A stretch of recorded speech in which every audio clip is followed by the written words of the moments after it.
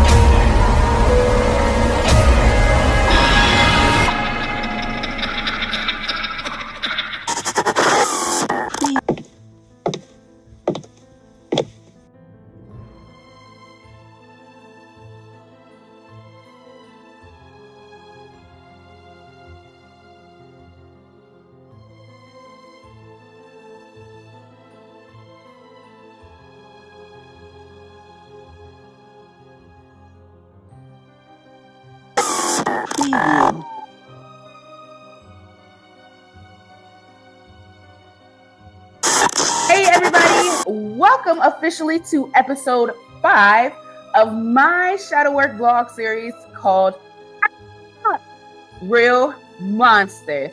I hope that was not super loud. I'm sorry, y'all. Sorry, I've been working a while.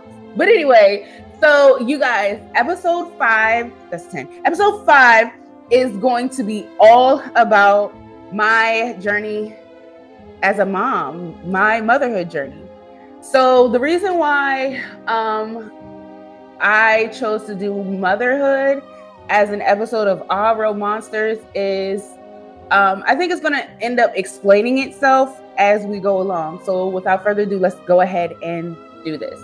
So I was 16 years old when I found out that I was pregnant. It was literally a week before Mother's Day when I found out that I was pregnant. I was scared out of my mind, okay? Super scared. I was like, I don't know what I'm gonna do. My parents are gonna kick me out. My parents don't play that. Like, my parents are not going to let me stay at home.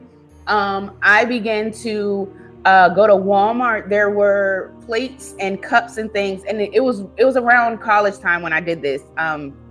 Around August, like July, August, when college kids were starting to go get things for their dorms and stuff. So the department stores were marking things down. So I went to Walmart and they had 99-cent plates, cups, bowls, a pitcher, you name it. Anything that you could need for a move or anything like that. Of course, they were plastic, but hey, those plates made it do what it do. So I started buying stuff because I was just convinced that my parents were going to put me out. I found out in May, okay? I found out in May of 2005 that I was pregnant, and I kept the secret up until June of 2005. Now, how the secret came out is kids, we don't really have discretion when we're talking to other children. So I kind of made it known at a cookout that I was pregnant. And word went back. I don't know who it went back to or who traced the tail or whatever. But all I know is I was at home one day. It was during the summer. At home one day, and I get a call from my mom. She's at work. And she's like, I just got a phone call. I need to ask you something. And I was like, what's up? And she was like, now don't you lie to me. As soon as she said that, I knew she knew. As soon as she said that, I knew she knew. Don't you lie to me. I knew she knew. So I was like, okay, what's up? She was like, are you pregnant? And what did I do? I did the thing she told me not to do. I was like, no, I don't think so. She was like, well, what is this I hear about you being pregnant, this, that, and the third? And I just bust out crying because I really couldn't lie to my mom like that, for real. And I just bust the fuck out crying. And she was like, we'll talk about this when I get home. Now, mind you, my mom works in DC, so this is like at least an hour drive. She was on the bus at the time, so at least an hour, 15 minutes, right? So I'm like, oh my God, like, I'm scared to death because I'm just like, yo, this is gonna be crazy. So she comes home and she doesn't say anything to me. She waits until my dad gets home. And then my dad comes into my room and he's like, do you have something you need to tell me? And I looked up at him. I will never forget this. I looked like I was so sad. Like I looked up to him and I just knew that when I looked up, I was going to see such disappointment in his face. And he said, is there something that you need to tell me? And I just cried and I said, Dad, I'm sorry. Like, I'm sorry. I didn't mean to. And I don't even really think I got the words out that I'm pregnant. You know what I'm saying? I don't really think that I got it out. And he came and he hugged me and he comforted me. And my dad said, it's all right. Don't worry about it. We're going to figure this thing out together. We're going to do this together. My mom was at the door. Oh, she just, I kind of felt like my mom thought my dad was going to rip into me. And I think my dad intended to come with some noise when he came to my room. But when he saw me and he saw how broken and how disappointed in myself I was, he was like, I can't beat this girl up. Like, I cannot beat this girl. I cannot kick her while she's down. And he comforted me. And I will never forget, my mom was like, well, you know, you got options. And so my dad's like, no, we're not talking about no type of getting rid of anything type of options or whatever. And that was super supportive. And the support never ended there. It never ended from there. It's always been a constant support. I always tell my parents that they are my co-parents. They've always been my co-parents. I've always felt like a single mother, even though my partner was living in the household. He was not present. He was a present figure here physically, but he wasn't a present parent. He wasn't an active parent. He didn't become an active parent until literally this year, to be truthfully honest with you. He wasn't as active as he has been within the past few months, which is, anyway, we're not talking about him. We're not on him right now. We're talking about my motherhood journey. So with that being said, I always felt like a single mom. I was always with my child. It was always me and my son.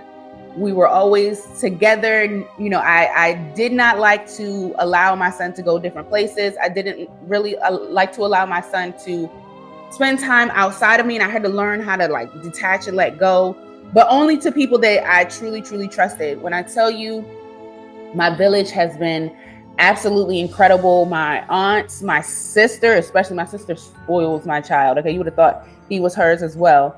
My mom, my dad, my son's godparents, all of them have really stepped in. My family has stepped in, showed up and showed out when it came to my child.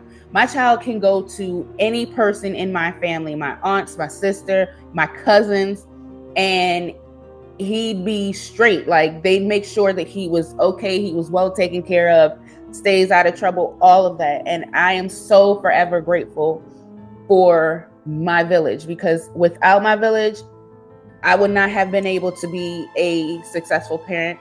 My child is so well-rounded. He is so grounded. He is so aware. He's so empathic. He is connected to self. He is connected.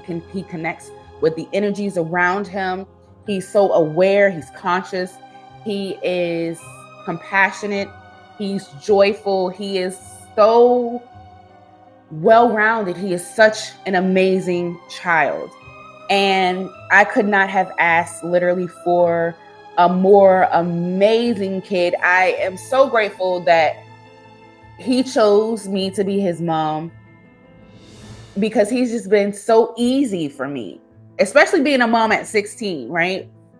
He could have been problematic. He could have been so many other things, but he has been, like, I'm not going to say he's been the poster child, but damn near the poster child. Okay. Like, my son is absolutely incredible.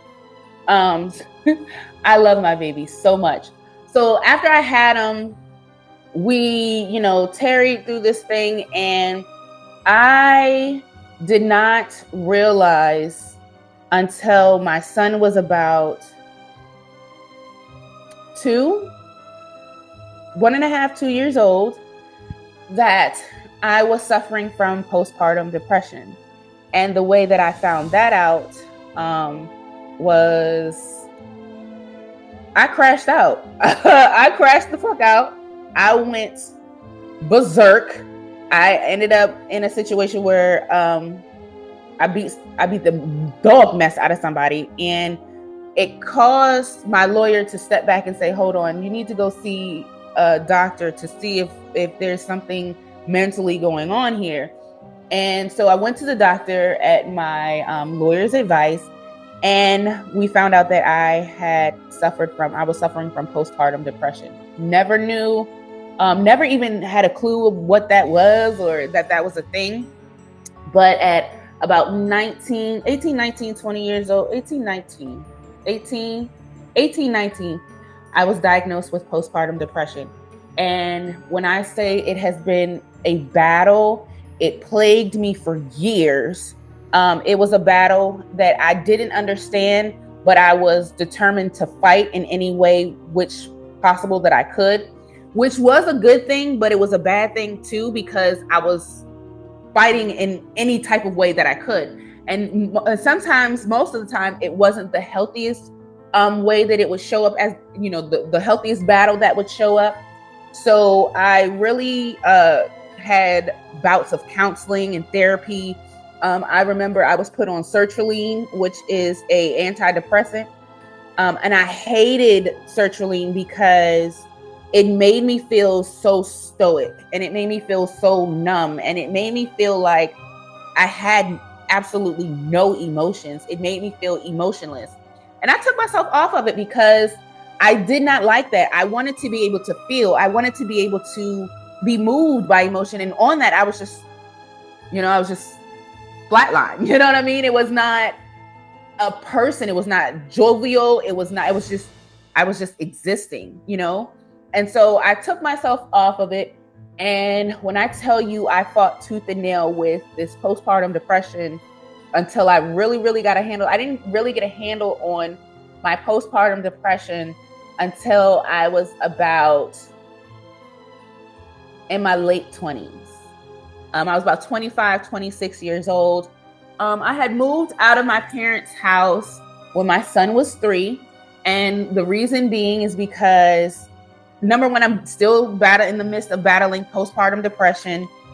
I am medicated. I'm on and off of medication. I'm not going to lie to you. I'm on and off because I'm adjusting, but I'm not liking how this stuff is feeling to me.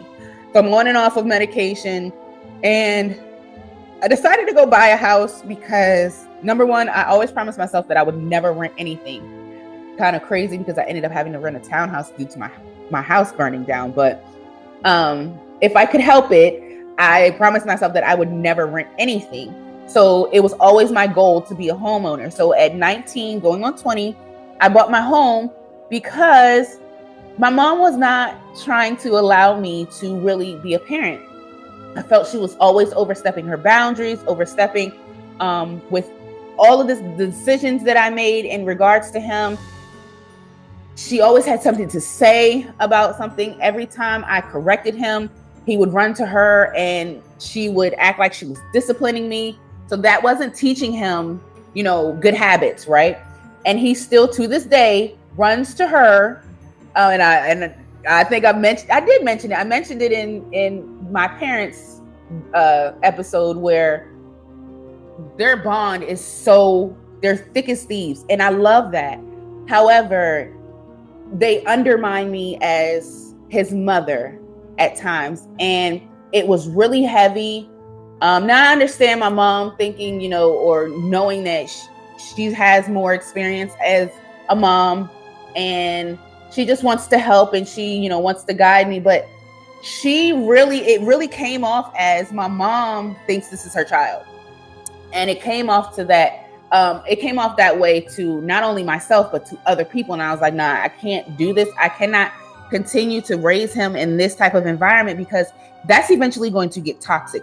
We're eventually it's going to be battle of authoritative figures and things are going to come to a head and it's not going to be pretty. So I am going to remove us from the situation and allow her to be a full, you know, grandparent in, you know, where she fits in, you know, not fits in, but, you know, where she can. And my mom has been such an integral part of my motherhood journey because she literally is my co-parent. She literally is the one who helps me financially with him. She's helped me financially all his life with him. She paid for daycare when we first moved.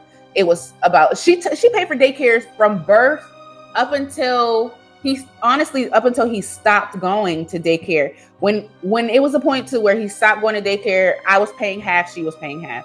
But when daycare, like when I first started getting him daycare, my grandmother took care of him until I graduated from high school.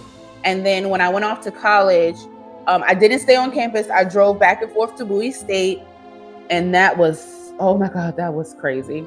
But I drove back and forth to Bowie State, and my son had a sitter.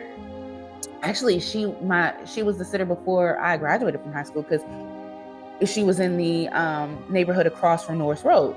But anyway, she was $225 a week. I could not afford that. My parents paid that. And then I remember when we moved up here to Charles County, it was $210 a week. And then, you know, it was $175.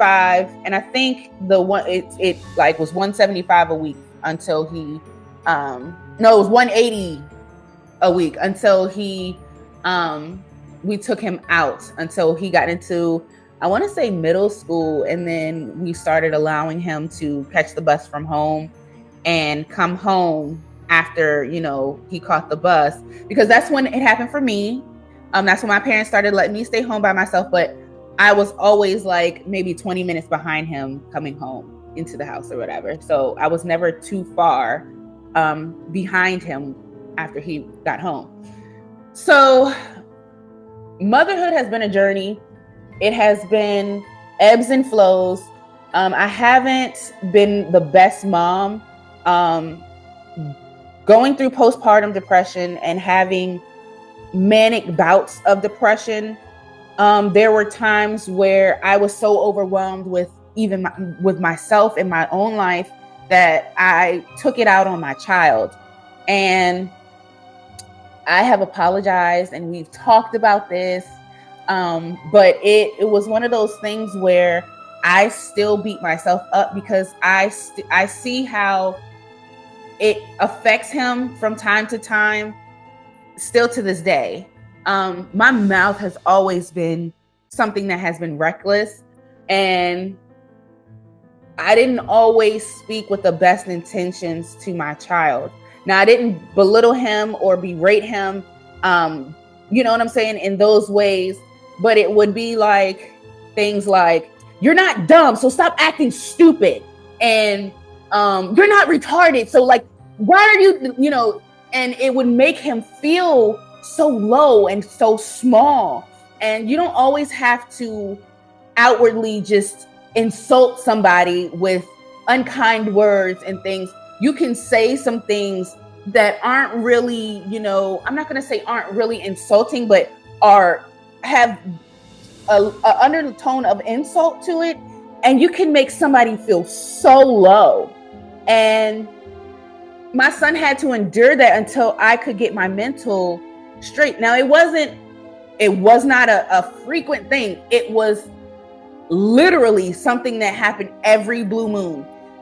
My son is somebody that I absolutely adored and I loved. And you'll find out the battles that I was facing later on in the episode where I talk solely about myself.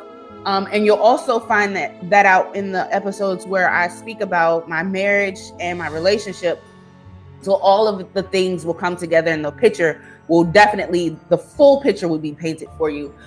But I was going through so much from when my child was born, up until shit now, you know what I mean? The fire was 2 years ago, you know what I'm saying? So it has been a journey. I have not always been the best mom, but I have tried my best. And that's why I say I love that I have the perspective that I have, because I had a mix of old school and I'm not going to say gentle parenting, but there was a touch of gentle parenting and new type of parenting. I kind of mixed those things. I had like a hybrid situation going on. When he was young to about teenage years, I did a lot of the rearing, and I've always been the disciplinarian. I've always been the parental unit. His father has always been the friend. That's the role he plays. And so I've always been the disciplinarian. I've always been, it for him, the parental figure for him, right? And so I was hard on him, rearing him. And then when he got to be about 11 in his preteens, I slowly, kind of let up a little bit, not too much, but I wasn't as hard and I wasn't as harsh. And this is around the time where I started healing and I got on my spiritual journey, and I was no longer on my depression medications, and I was doing very well. I was stable, and I've always been stable. I've always, nobody knew that I've suffered from depression and things like that. And so postpartum is crazy because postpartum will give you like suicidal thoughts and suicidal ideologies, and get counseling, seriously. If that's what helped me through my bout with postpartum depression, and it's never ending. I don't want you guys to think that you can beat postpartum depression. You can, but it's never ending. It's always a journey. It's always a battle. It's always a fight. It's always something that can rear its ugly head. It's a life's journey, honestly. So anyway, I don't even remember what was but no, so his preteen years, I kind of eased up on him, and started incorporating the hybrid method of semi-gentle parenting and old school. I didn't really whip my son. Now, there were moments where I beat his ass. I did. But it only took maybe once or twice, especially when he was in middle school. It only took that one time that I laid hands. And sorry, but it happened, I laid hands. That's how I was brought up. I didn't know any, now I'm not gonna say I didn't know any better, but that's, sometimes when you're raised in a certain way, you tend to do what you did, what you experienced as you were being raised. So anyway, I did spare the rod, spoiled child. I did put my hands on his hind parts a couple times, but the one time in middle school where he tried me and I had to let him know that I'm not the one, the two, or the three to play with. When his dad came home, he was still doubled over crying. And his dad was like, "Oh yeah, she showed you them hands, huh?" And he was like, "Yeah, she got hands." So that was the only time that I really disciplined my son and put my hands on him. I've never really had to, other than I want to say I can count on one hand how many times I had to really seriously give him a whooping like that. And I tap the fingers, tap the mouth, stuff like that. But, I was the disciplinarian. I was the one who raised him. I reared him. And so it was interesting. He felt sometimes he wasn't able to talk to me growing up because I was so harsh and so hard. And my upbringing was part of the reason. So I see so many parallels in how I was raised and how I raised him. And I was like, I can't raise him like that because I don't want him to feel like he can't be open and talk to me. I don't want him to feel like he's lost without, I don't want him to feel like I'm a villain in his life. I don't want to be the bad guy. And so I changed a lot. I changed my approach, and it took him a while to be receptive to it because he was so used to me being how I was. And I thank God for prayer. I thank God for being able to work on myself and really get to where he needed me to be. And that was a big motivation too. I needed to get where he needed me to be. I needed to be the parent that he needed, not the parent that I had. And so once I realized that and I started to change things, our relationship changed and our relationship transitioned. And it's just been a beautiful journey. The biggest monster of my motherhood journey has been myself and the battle with postpartum depression. So I think that's why I wanted to make this an episode of, on Ahhh Real Monsters. And I kind of want to do a series or something that speaks on motherhood and gets more in depth of the motherhood journey and the more in depth stories about experiences and things that I've had, because I don't feel like this is the right time to do that. This is just speaking on the shadow works part of the motherhood journey that I've had. But what is also another reason why I don't want to make this episode too long is because we are about to watch my son and I. I was so surprised when he agreed. My spirit guide was like, go ahead and ask him if he would mind recording with you, because he's not big on being in front of the camera or anything like that. So I was like, he is not going to do this, but I'm going to ask anyway. And he agreed. So I'm going to insert that here. I think this is the best episode to do that. So without further ado, like I said, the monster in motherhood was myself, battling myself and the things that I was going through. And like I said, the more we unpack everything, the bigger the picture is, right?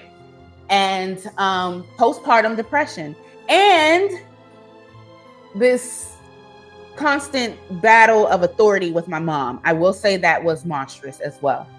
And me feeling like being a single parent my son's entire life. So we'll get into more of why I felt that way when I speak on my relationship with my husband, my ex, you know what I'm saying? We'll speak more on that when we get there. But I think I'm going to leave this here and let's go over into watch my son and I, our little video that we did, our little session that we did for this. I'm super excited. So yeah, without further ado, here you go. Ready? Yeah. Hey everybody. Now this is actually a wonderful surprise because I didn't think this was actually going to happen. My baby decided that he was going to, I'm sorry, I shouldn't have. My son decided that he is going to help me out with this episode. So we're going to get his firsthand experience or his account of how it is with me as his mom. So you ready? Yeah. All right. So as you all know, from the episode, not prior to, but the first part of the episode, I was 17 when I had my son. I was 16 when I got pregnant, scared to death. Okay.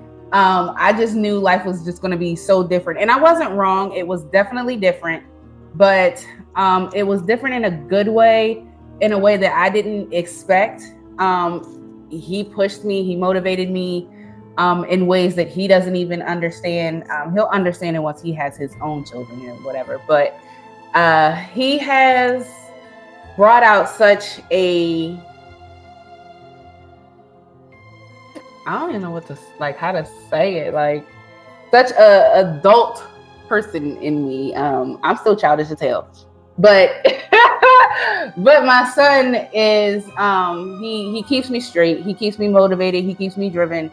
Everything that I do for him, whether it be for his benefit or to be an example. So without further ado, I'm gonna stop talking for real. Like I'm gonna let you go ahead and talk. So you want to tell him your name and stuff? So I'm Mannnnn. She was 17. I'm about to be 18.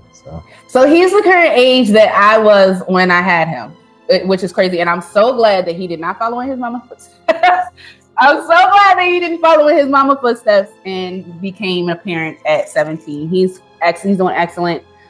So you want to speak to how it is as, somebody who had a mom that was a teenage mom and, growing up with a teenage mom? So honestly, it was just like, at times I viewed you more as like an older sister at times. I can see that. Mainly when I was younger, because of how frustrated I could get. And it was just being told no and stuff. And then, having my grandparents. Spoiled brat. When you were doing school and stuff, so I would be with them. So I was a little spoiled. So go ahead. But growing up, it's just having you being young, you actually understand a lot of the stuff. So it's like I don't be worried when like seeing how some of my friends' parents are. A couple of my friends' parents are like 50, 60. So you think like having a younger parent is beneficial because it's, you know, relatable? We can be like more relatable to one another, especially like our growing pains. Because I swear we grew up together for real. So our growing pains.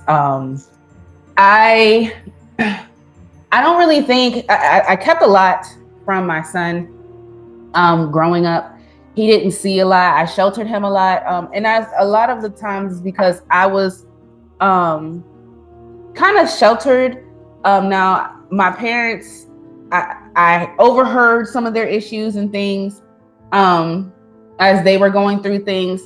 But one of the things that he has expressed to me, and maybe we'll speak on it later on down the line when we get to it, is the fact that I sheltered him from things. I kept things from him. I didn't necessarily, not that I lied to him, but I didn't necessarily tell him everything. He wasn't privy to everything. And I think this is where we get into the hybrid of the old school parenting and the, I don't want to call it new school parenting. And I damn sure ain't calling it gentle parenting because I'm not a gentle parent. I'm not. So there's a hybrid of, I want to say old school and new school, where I felt like a child should stay in a child's place and not, you know, be in adult business. And I found that over the years, especially with us, you know, being so close in age and everything, only being 17 years apart, what I found was that he had a better understanding of the things that were going on and the things that were happening, you know, within the household as he was growing up and stuff than I really realized. And I didn't realize that he was picking up on some things. Now, like I said, we're going to talk about this later on in the episode, but I think you said when we had our counseling session, I think you said that you felt kind of like blindsided about the divorce and yeah, because it was just like, I ain't gonna say I always seen her happy, because I damn sure didn't. But like, it was just like I didn't really want to accept it. I want to say, because I had a lot of friends who like single parent households and stuff, and I didn't think I was gonna be one. I ain't want you to be one. Like, but at the same time, it's like seeing it. It's not that different for real. Like living with one person is it can be a little, I can't even say like iffy, because it's good. You don't have to really worry about stepping on each other's feet, especially because now we're in a bigger house. Yeah. Just you see me grow up and you understand like I actually make good decisions and stuff. So you've allowed me to like go back out and reconnect with a lot of the people I'm around in there. And it's really like you don't sit here and try to keep me in the house. You like I don't stifle you. Yeah. Let me do me. Yeah. And but you know how to act outside of this house though. So I mean, with watching how he grew up and knowing how I parented, like I said, I wasn't a gentle parent. So I knew that he knew right from wrong. I knew that he had a moral compass, especially because, like I said, or like he said, when I was at school and stuff, because I did go to college, didn't finish, but I did go to college after I had him. With the way the village, we had a village, okay? My mom, my dad, my aunt, especially my Aunt Jennifer, my sister, all of them were integral in his upbringing, his godparents. All of them were really integral in his upbringing. They would help me out when I needed help with him, especially when I couldn't be somewhere that he needed to be because of work or some other obligation. like I tried not to miss anything. Like I don't think I missed too much. I think I know for a fact that I've never missed more than 3 games of your like. I remember like literally. I remember 2 games because they were down in the park. So about my break, she had to take me. Now I remember, but she was still there for you, and so it was just like. So I had a lot of help. I had a village, and I think that's why he became such a well-rounded person because he had so many people pouring into him. And again, he had a mom who we grew up together, so we were learning things. It wasn't always easy because I did suffer from postpartum depression, which I don't know if you knew or not. No, my grandpa told me. Yeah, so I suffered from postpartum depression, and I remember it was really a struggle for me as a young mom with my mental health, trying to, fight depression and battle depression. And I was not always the nicest. I was not always the easiest person. We've gotten to a place where we can communicate freely and we can communicate a lot better, but I wasn't always the person that he could communicate with. I wasn't always the person that he could talk to about stuff. I was hell. Okay. I was not easy to talk to. My attitude was crazy. If I didn't like what I heard, I didn't want to hear it anymore. And, with healing and going through a lot of the things that I went through and healing, with, through the things that I've, worked through, I feel like has that changed? I see it. Sometimes you still get you just overwhelm yourself, and then it can bleed into other scenarios. I can agree. It's like, but for the most part, you got way better. It's just sometimes your emotions. It's your father. Yes, I'm my daddy through and through. I keep telling everybody I'm just like my daddy. And then there's also that Virgo perfectionist, thing too. I've always been hard on him, but that's because I know his potential. I know what he's capable of, and we've had some struggles, but he has, when I say he some way or another has accomplished the goal that was always set out, he's done that. And he's made me super proud as his mom. Again, like I said, it hasn't always been an easy thing for him to talk to me. And I appreciate you expressing that too. Not only Val, because they're going to get to know Val too. She's going to be on here. But also to your dad, because when your dad and I were in a good place, he would let me know, hey, I really wish that you guys would work on how you communicate with each other, especially you. I think you need to listen to him and stuff.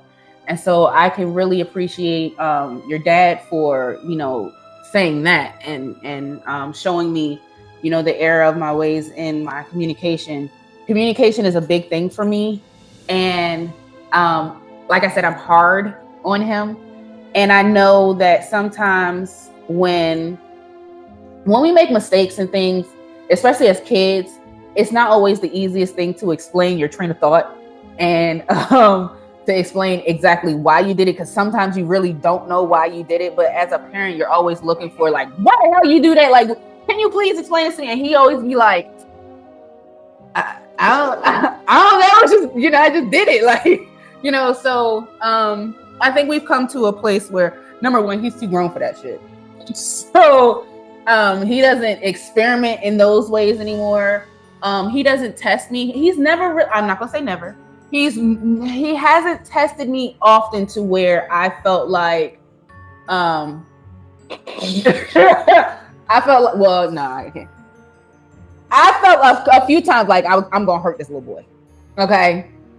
We've gotten in those little spiffs and spats, but those were earlier in his life. I really feel like after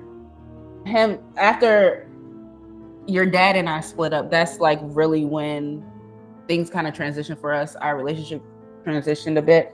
Yeah. You want to speak to that?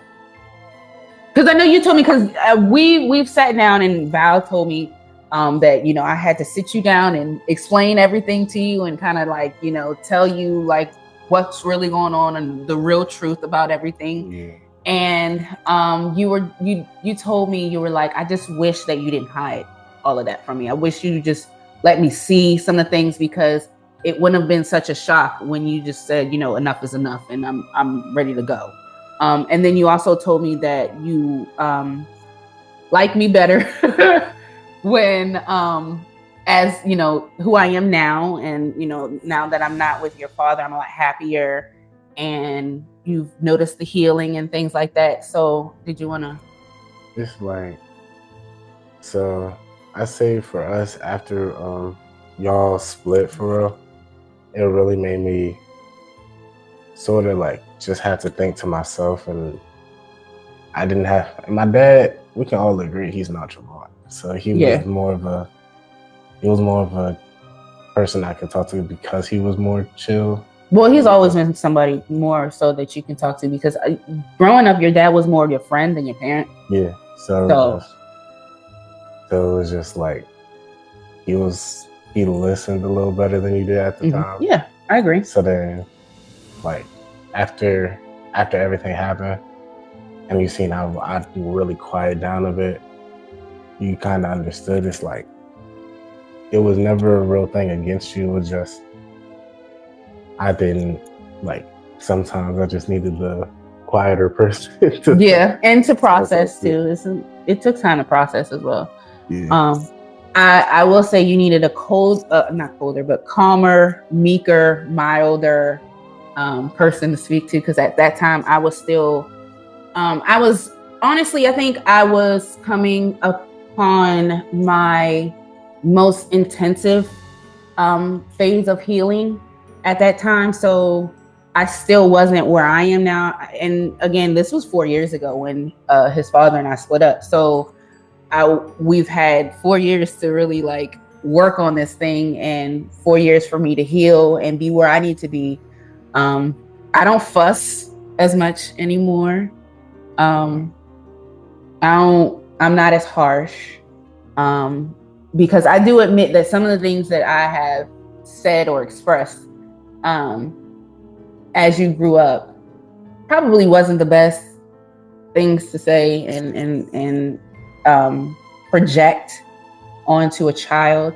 And I do apologize. I think I apologized to you before. I know I apologized to you in counseling, and I apologize to you outside of counseling for that. But it's important for me to do that publicly too, even though they haven't experienced it. Nobody's seen it publicly, but there were times where I would ask, like, are you dumb? Like, you ain't that stupid, and this, that, and the third. And he would internalize that. And I didn't realize that he was internalizing things. I felt like I wasn't directly calling him dumb. I didn't say, you're dumb, you're stupid. I would question, are you dumb? Are you, and he would internalize that. And he would process that thing, and he would make that a belief about himself. And so I'm glad that he worked through that in counseling, and he was able to express that to me. And again, I was able to take accountability. I was able to apologize, and I was able to look at myself and really evaluate myself and change how I approached him and I approached things and the things that I said to him. Now I'm more intentional about how I speak to him and intentional about how he speaks to himself. I'm intentional with how he projects things on himself. Like if he's like, I can't do it, I'm like, no, it's not that you can't do it. It's just like you're having a hard time right now. Like I tried to change his perspective and change how he speaks on himself, because I know the catalyst as to why he started thinking the way he did. So I'm slowly but surely trying to work on, changing that and reversing that and helping him get through and out of that perspective and that mindset. So did you have any? Nah, not really. It was just some of that was you, and then it was like, because I really didn't want to go to North. Like I didn't know Northern existed. Yeah. So then when I went because for a different reason than what I wanted to do. Mm-hmm. I'm happy about it, but at the same time I'm not, because it's like I got to understand engineering, but at the same time, it's like, I really wish I got to do the automotive tech. Yeah, it wasn't the environment for you. It wasn't.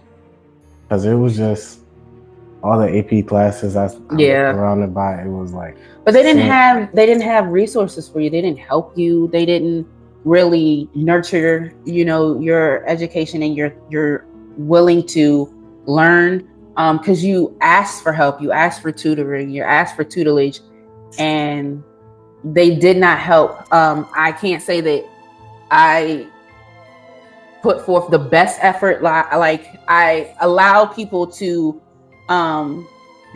step in and help in the way that they said they were.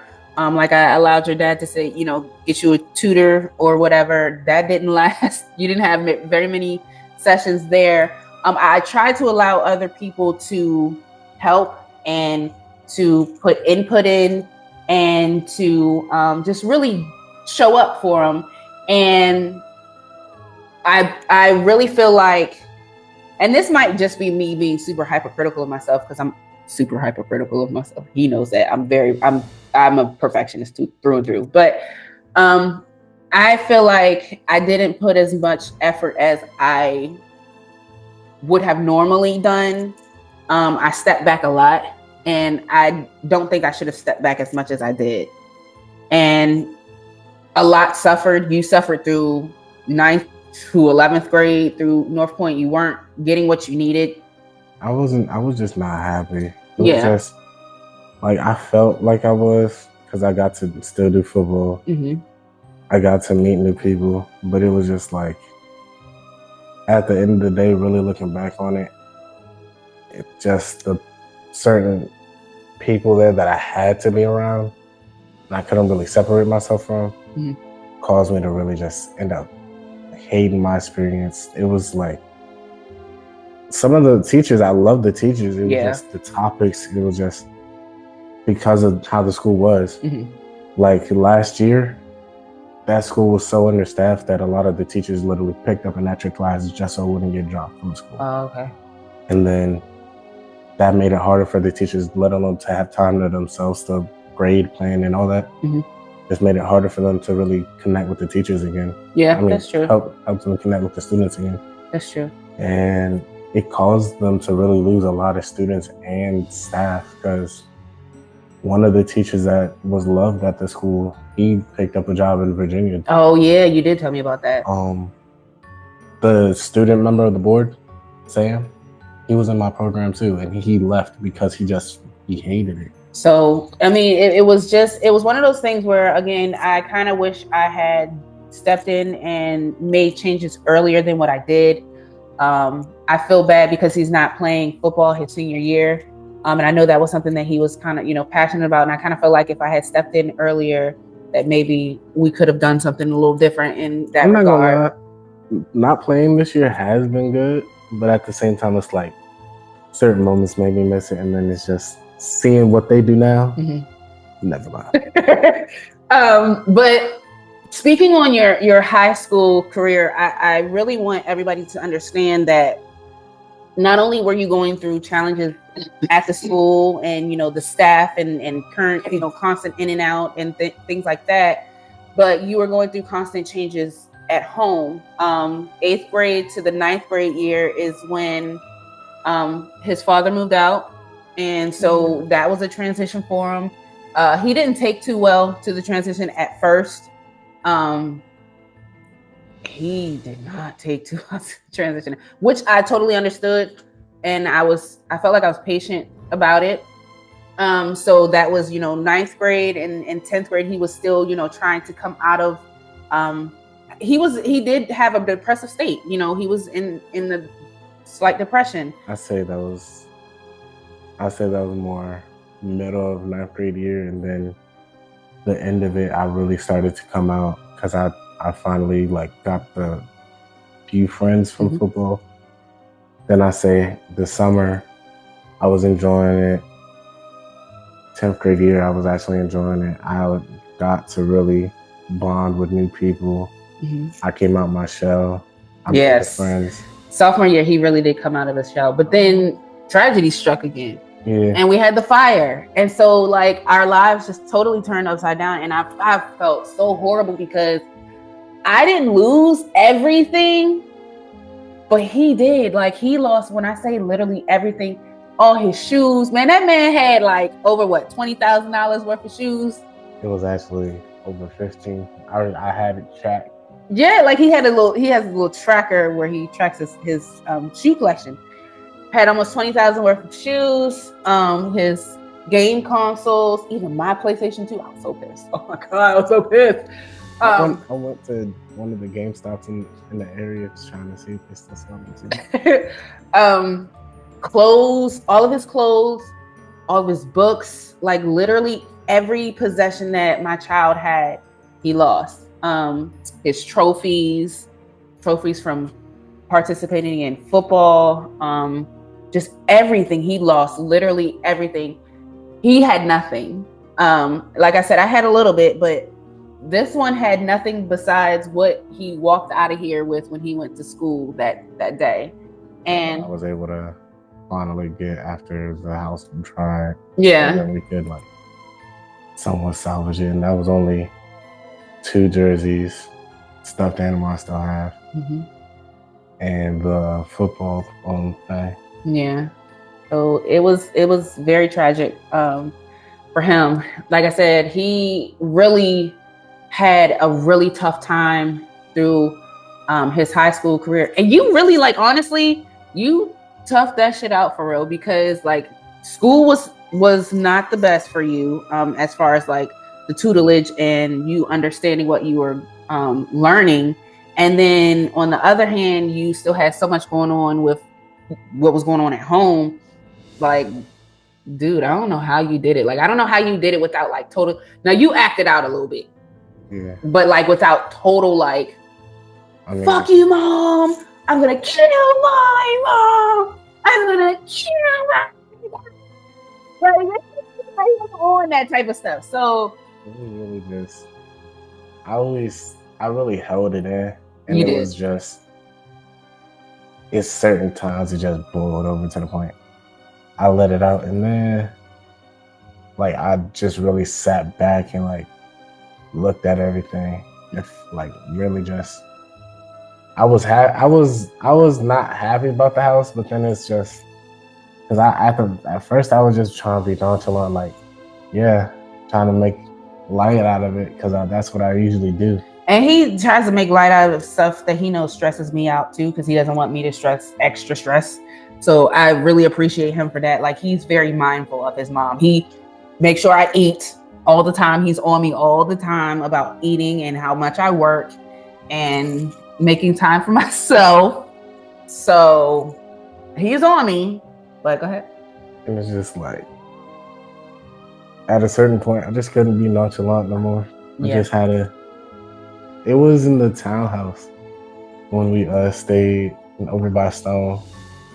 It was like one night you was either knocked out or you was out, and I was in the kitchen. I think I was trying to get something to drink, and it was just late. And I just cried. Yeah. I was on the phone, and I was just crying, and like that's why I'm happy I met the people I have. Like, unfortunately, I don't talk to some of the people anymore, but like I still talk to some of the other people.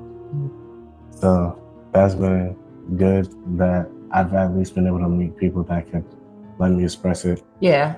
I'm glad you had that emotional release too, because and I don't think I've ever told you, boys don't cry, don't do that, don't cry. I don't think I've not told you shut that shit up or shut that noise up or I'm gonna give you something to cry about. And that's that old school. But I've never told him that boys don't cry. I've never told him not to express himself or his emotions. I've always kind of tried to make sure that you had a healthy emotional state and emotional release. When I noticed that he was going through his depressive bouts, I made sure I amped up counseling for him. And everything like that. So I'm making sure to protect his mental health. I hadn't always protected your mental health. Like I said, sometimes, speaking to you and speaking down to you sometimes. I'll call it what it is. It wasn't the easiest, I'm not easiest, but easiest for you to digest. And it wasn't the healthiest thing either. So for us to really like grow, and both of us grow out of our depressive bouts and work through our depression and go to counseling and just learn things individually as, you know, individuals, and then coming together and building a better bond with each other. I think we're all right. Yeah, we got way better. Yes. So and it's crazy because now I think we've kind of transitioned back into that brother sister type bond and stuff. I'm not, this is a grown ass man now. My child is about to be 18 in less than 2 months. Literally like a month, not even a month and oh shit, like literally less than 2 months. Damn, boy, stop it. Anyway, so we've gone back into that, you know, brother sister type of situation now. He knows that I'm still mom and I'm still the authoritative figure, but he still runs to grandma.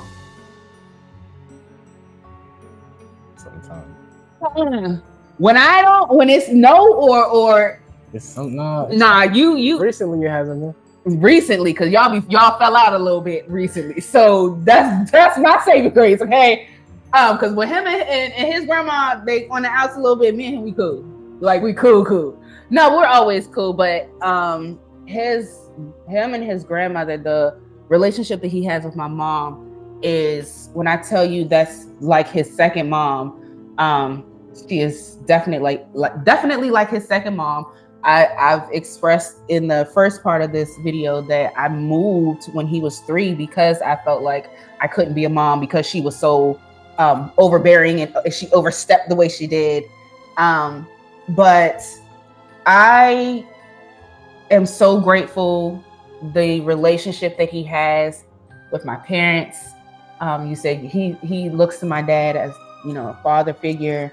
And the way y'all be doing like cars and the way they be going in on each other, like we would have never, as the kids growing up, we would have got slapped around. But him and my dad, the way they joke and stuff, I'd be like, "Ooh, he about to get it." And then next thing I know, dad laughing. I'm like, "Hey, I don't start it. I just finish it." Whatever. And he's hilarious, like straight comedy. So yeah, but I really am thankful for our journey, like the entire journey in its entirety, even I think the bad parts, because I think it grew us both, and it helped us learn a lot about each other, and both individually, and how we handle conflict and how we handle emotional things. And it better equips us to be able to deal with certain things that we go through in life and stuff. Is there anything else that you want to add, or before we get off? Really, just how everything turned out helped me be able to become who I am now. Like, I might not be always the most emotionally available, but at the same time, I'm not the most. I can usually try to be the most available. Can I stop you there? You are, for somebody who has 2 parents that are truly emotionally unavailable. I was not an affectionate parent. I didn't grow up with affectionate parents. So I wasn't an affectionate parent. I didn't give hugs and stuff. I told you I loved you and stuff, but I didn't give hugs and kisses.